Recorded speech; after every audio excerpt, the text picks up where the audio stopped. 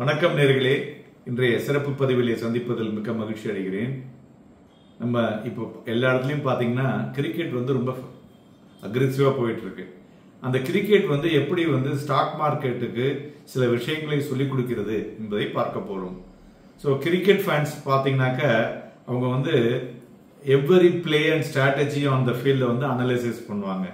அதுமாரி அவங்க கிட்ட இருந்து இன்வெஸ்டர்ஸும் அதை கற்றுக்கணும். Strategic move of players and teams. Okay, so இதில் பார்த்தீங்கன்னா நிறைய விஷயங்கள் இருக்கு. அதில் ஒரு சில விஷயங்களை பற்றி நாம் இன்று பார்ப்போம். அதாவது ஒரு காம் இன் டர்புலன்ட் டைம்ஸ் அப்படிம்பாங்க. அதாவது ரொம்ப ஒரு சுச்சுவேஷன் ஒரு ஒஸ்டா இருக்கிற போது எப்படி காமா இருந்து அவங்க ஹேண்டில் பண்றாங்க. அதே மாதிரி கிரிக்கெட்ல பாத்தீங்கன்னா இந்த லெஜெண்டரி MS தோனி பாத்தீங்கன்னு வச்சுங்களேன், அவருடைய அன்வேவிங் கம்போஷர் இருக்கும்போது அதாவது most challenging situation, so win ஆக மாட்டோம் அப்படிங்கிற சமயத்தில் அவர் பார்த்தீங்கன்னா ஒரு காமா இருப்பார். ஸோ அது மாதிரி இன்வெஸ்டர்ஸ் ஒரு கூல் மைண்ட் செட் இருக்கணும். இப்போ மார்க்கெட் ரொம்ப அதிகமான ஒரு வாலட்டிலிட்டி இருக்கும் பொழுது. ஸோ அது மாதிரி அவர் தோனி பார்த்தீங்கன்னாக்கா ரொம்ப கேர்ஃபுல்லாக கால்குலேட் த நெக்ஸ்ட் மூவ் எடுப்பார். அதுமாரி இன்வெஸ்டர்ஸ் என்ன பண்ணணும், to analysis the market condition, அதோட அவங்களுடைய பொறுமை பிளஸ் ஒரு இம்மீடியட்டா ஒரு டிசிஷன் எடுக்காம அதை சரியானபடி துல்லியமாக எடுத்து பண்ணும்போது பெட்டராக இருக்கும். மேலும் ஒருபடி மேல என்ன சொல்லுவோம்னாக்க சும்மா இருக்க கத்துக்கணும். ஸோ அது ரொம்ப முக்கியம். எல்லாராலையும் சும்மா இருக்க முடியாது.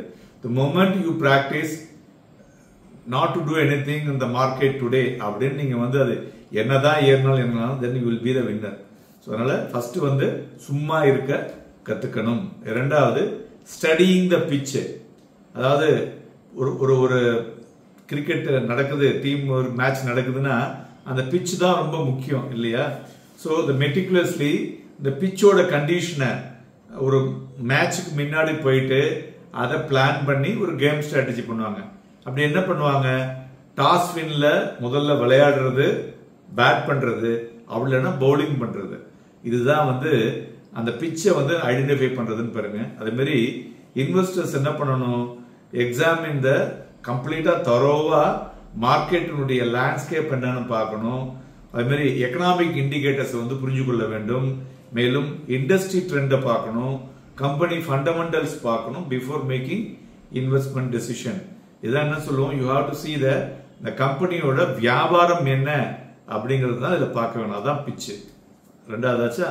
மூணாவது ரீடைனிங் குவாலிட்டி இன்வெஸ்ட்மெண்ட்ஸ். அப்படின்னா என்னங்க, இப்போ விராட் கோலி பார்த்தீங்கன்னாக்க ராயல் சேலஞ்சருக்காக பெங்களூருக்கு விளையாடுறாரு. ஸோ அவருடைய இம்பார்ட்டன்ஸ் என்ன, ஒரு கன்சிஸ்டன்சியாகவும் இருக்கும் பிளஸ் ஒரு லாயல்ட்டி பண்றாரு இல்லையா? அதே மாதிரி நம்ம ஒரு ஒரு ஸ்டாக்ஸை வாங்குறோம்னா ஒரு குவாலிட்டி இன்வெஸ்ட்மெண்ட்ஸா இருக்கணும்.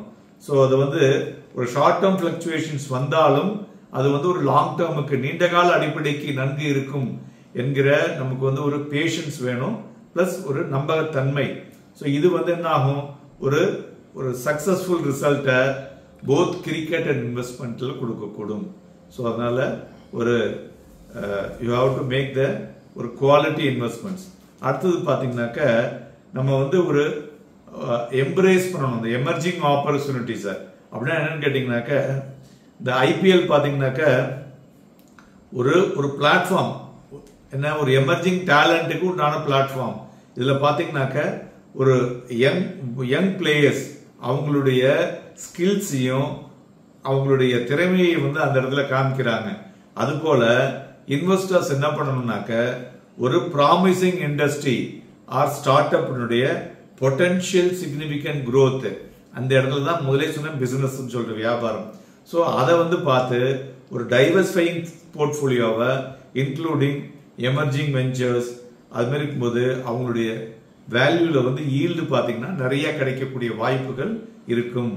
அடுத்தது ஒரு மாதிரி ஒரு பேலன்ஸ் அண்ட் டைவர்சிட்டியை எப்போதும் மெயின்டைன் பண்ணணும். அப்படின்னா என்னன்னு கேட்டீங்கன்னாக்க ஒரு வெல் பேலன்ஸ்டு ஒரு கிரிக்கெட் டீம்னு பார்த்தீங்கன்னு வச்சுங்களேன், அதுல பிளேயர்ஸ் ஒவ்வொருத்தரும் ஒரு டிஃபரெண்ட் ஸ்கில்ல இருப்பாங்க. சில பேர் பேட்டிங்ல பெட்டரா இருப்பாங்க, சில பேர் பவுலிங்ல இருப்பாங்க, சில பேர் ஆல்ரவுண்டரா இருப்பாங்க. அது மாதிரி ஒரு டைவர்சிஃபைடு இன்வெஸ்ட்மெண்ட் போர்ட்ஃபோலியோவா இருக்கணும். அதாவது என்னன்னா உங்களுடைய ஸ்ப்ரெட் வேரியஸ் அசட் டைப்ல இருந்தாதான் இது வந்து ஒரு ரிஸ்கை வந்து ஒரு மினிமைஸ் பண்ணி உங்களுக்கு ரிட்டர்னை வந்து மேக்ஸிமைஸ் பண்ண முடியும். ஓகேயா? ஸோ அதனால ஒரு டைவர்ஸ் கிரிக்கெட் டீம் மாதிரி நீங்க என்ன பண்ணணும், ஒரு டைவர்ஸ் இன்வெஸ்ட்மெண்ட் போர்ட்ஃபோலியோ இருக்கணும் டு கீப் யுவர் சக்சஸ். அடுத்தது பார்த்தோம்னா மெயினா வந்து சில பேர் பார்த்தீங்கன்னு வச்சுங்களேன், ஒரு பழைய பாஸ்ட் பர்ஃபார்மன்ஸை வந்து ரொம்ப நம்பி அவங்க மேல வந்து பெட் பண்ணுவாங்க. That is not right. So இந்த பாஸ்ட் அக்காம்ப்ளிஷ்மெண்ட்ங்கிறது என்னன்னு கேட்டீங்கன்னா ஒரு கைடன்ஸ் தான். ஸோ இவர் நல்லா விளையாடி இருக்காரு, நல்லா விளையாடுவார் அப்படின்னு சொல்லிட்டு கிரிக்கெட்டை பொறுத்தவரையிலும் சரி, நீங்க இன்னைக்கு வந்து if you are the winner then you will B recognised, if you are the loser you will not be recognised. அதே போலதான் சந்தைகளையும் பாத்தீங்கன்னாக்க உங்களுடைய இன்வெஸ்ட்மெண்ட் போர்ட்ஃபோலியோல ஸ்டாக்ஸ் வந்து பெர்ஃபார்ம் பண்ணா they are the winner, if they are not perform they will become as loser. அவங்க வந்து வீழ்ச்சி அடைந்த பங்குகள்ல தான் இருப்பாங்க. ஸோ அதனால அதை வந்து நம்ம வந்து கரெக்டா பண்ணணும். ஸோ அதனால ஸோ லுக்கிங் அப்ரோச் வந்து ரொம்ப இம்பார்ட்டன்ட். ஸோ சவுண்ட் இன்வெஸ்ட்மெண்ட் டெசிஷனுக்கு அடுத்தது வந்து ஸ்ட்ராட்டஜிக் டைம் அவுட்னு சொல்லுவோம். அப்படின்னா என்னன்னு பார்த்தீங்கன்னா கிரிக்கெட் டீம்ல பாருங்க, அவங்க வந்து ஒரு ஸ்ட்ராட்டஜிக் டைம் அவுட்ஸ் பண்ணுவாங்க. அதை வந்து ஒரு பாஸ் பண்ணிட்டு மறுபடியும் reassess their you know risk and energy and tactics. So அது மாதிரி பண்ணும்போது என்ன ஆகும் உங்களுக்கு, ஸோ நெசசரி அட்ஜஸ்ட்மெண்ட் பண்ணும் பொழுது அவங்களால வந்து அதாவது கடைசியில் வந்து ஒரு ஓவர் இருக்கும், அதில் வந்து 15 ரன் எடுக்கணும் இல்லையா, அந்த மாதிரி வரும்பொழுது they'll use some kind of strategy. அது மாதிரி இன்வெஸ்டர்ஸ் ஆக நாமும் என்ன பண்ணணும், பீரியாடிக்லி உங்களுடைய போர்ட்ஃபோலியோ ரிவ்யூ பண்ணி அதில் வந்து ரீஅலைன் பண்ணி பெட்டர் ஸ்ட்ராட்டஜியை உள்ள கொண்டு வந்து மார்க்கெட் ஆப்பர்ச்சுனிட்டியை வந்து கேபிட்டலைஸ் பண்ணிக்கணும். அப்பதான் உங்களுடைய போர்ட்ஃபோலியோ வந்து ஒரு பெட்டர் எஃபெக்டிவா இருக்கக்கூடிய வாய்ப்புகள் ஒரு 15% 17% எஃபெக்டிவா ஆகணும் அப்படிங்கறத பண்ண முடியும். அடுத்தது பாத்தீங்கன்னாக்க turning out on market distraction சொல்லுவோம். அதாவது என்னன்னு பாத்தீங்கன்னாக்க கிரிக்கெட் மேட்ச்ல பாத்தீங்கன்னா நிறைய பேர் வெளியில இருந்து ஒரு ஏகப்பட்ட சவுண்ட் வந்துகிட்டே இருக்கும் இல்லையா. ஸோ அதனால அதுல வந்து பிளேயர்ஸ் சில பேருக்கு வந்து டிஸ்ட்ராக்ட் ஆகக்கூடிய வாய்ப்புகள் இருக்கும். அது போல மார்க்கெட்ல பாத்தீங்கன்னா நிறைய இன்புட் வாட்ஸ்அப்லயும் சரி, எஸ்எம்எஸ்லயும் சரி, டிவிலையும் நிறைய வந்துட்டு இருக்கும். அதெல்லாம் டிஸ்ட்ராக்ட் பண்ண வாய்ப்புகள் இருக்கும்.